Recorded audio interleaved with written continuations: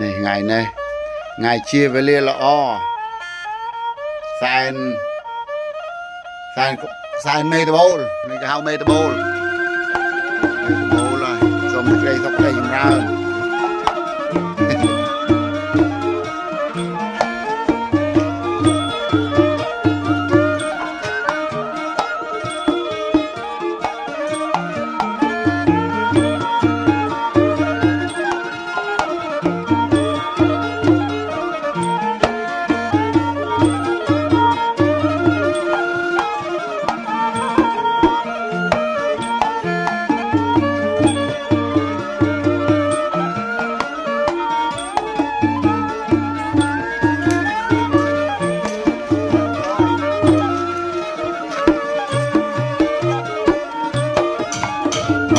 cô hốt lanh pưa đấy pưa có báo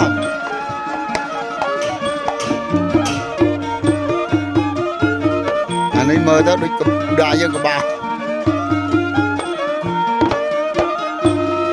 la thật ple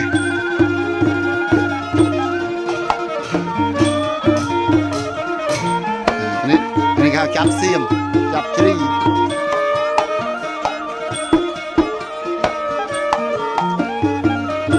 trời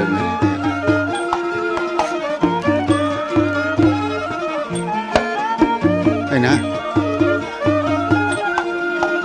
ai bồi chả này bờ bàn to thế bài mọc rồi thì nó không sạch đen không là vâng bơi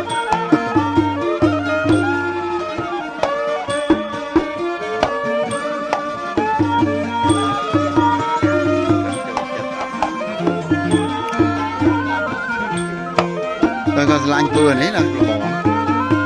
không thế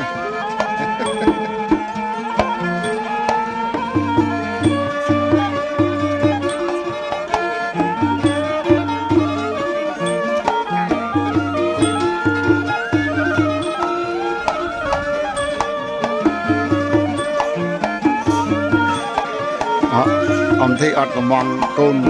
cai côn thi côn ấy này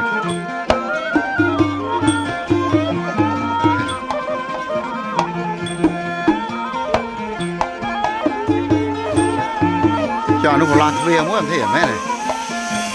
nữa nó một loạt đập nó ở đây